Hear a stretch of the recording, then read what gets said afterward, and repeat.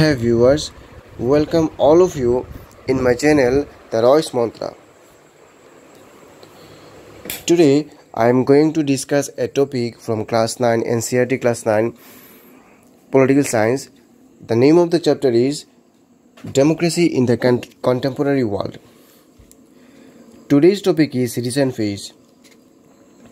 In the previous class I had discussed how colonialism came to an end in countries like India and African country Ghana. So what is the scenario in the present phase in democracy? After 1980, as democracy was revived in several countries of Latin America and disintegration in Soviet Union, the democracy accelerated. From the story of Poland, we know that the Soviet Union controlled many of its neighboring communist countries in Eastern Europe. Poland was several other countries became free from the control of Soviet Union during the period 1989 and 1990. Finally, the Soviet Union itself broke down in 1991. And newly formed 15 republics. All the constituent republics emerged as independent countries, and most of them became democracies. Thus, the end of the Soviet control on East Europe and the break-up of Soviet Union led to a big change in the political map of the world. Means, after 1980, the regions which were controlled by the Soviet Union, they separated from Soviet Union and made up a new democratic region or country, we may call. Then, in the Asian continent, countries like Pakistan and Bangladesh made a transition from army rule to democracy in the year 1990.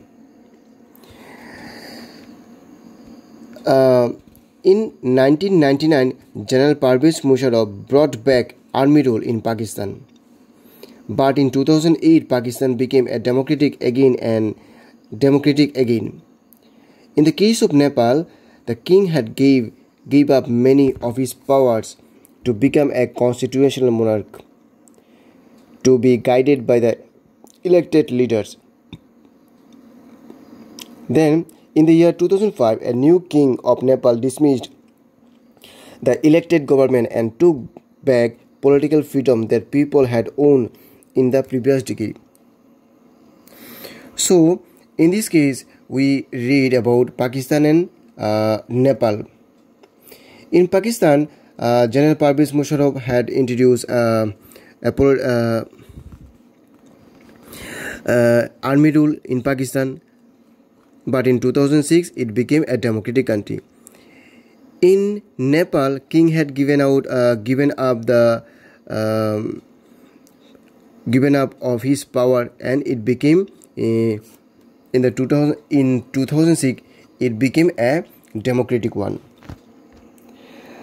By 2016, about 140 countries were holding multi-party elections in the democratic system. This number was higher than ever before. More than 80 previously non-democratic countries have made significant advances towards democracy since 1980. But even today, there are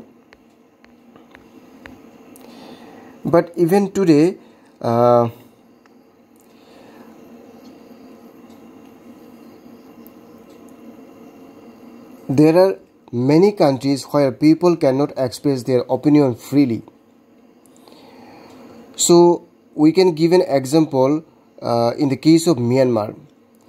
Previously, it was known as Burma. It gained freedom from colonial rule in the year 1948, just after 1 year of the independence of India. But the democratic rule ended in 1962, after 14 years after, with a military coup. In the year 1990, elections were held for the first time after almost 30 years. The National League for Democracy, it was popularly known as NLD, led by Aung San Suu Kyi, won the election. But the military leaders of Myanmar refused to stop down and did not recognize the election's result. Then, the military put the elected pre-democracy leaders, including Suu Kyi, under house arrest. Political activists accused of even the most trivial offences have been jailed. Anyone caught publicly arising view or issuing statement critical of the regime can be sentenced up to 20 years prison. And due to policies of the military rule government in Myanmar, about 6 to 10 lakh people in that country have been uprooted from their homes and have taken shelter elsewhere. Despite being under house arrest, Suu Kyi continued to campaign for democracy, and thereafter her struggle has won international recognition, and she got Nobel Prize also. And finally, under the leadership of NLD, fought the historic 2015 elections and a democratic republic was established. So in the case of Myanmar, after getting independence from the colonial rule, there was a government set up in the year 1962. It was overthrown by the military coup, and after 30 years in the year 1990, another democratic elections was held, and National League for Democracy won the election. But the military rule was not stopped in that area, and along with Suu Kyi, many other political leaders were under the house arrest. But Suu Kyi did not stop her struggle for freedom or democracy, and at last she won the fight and she got the Nobel Prize. And finally in the 2015, under the leadership of the leaders of NLD, Democratic Republic was established in Myanmar.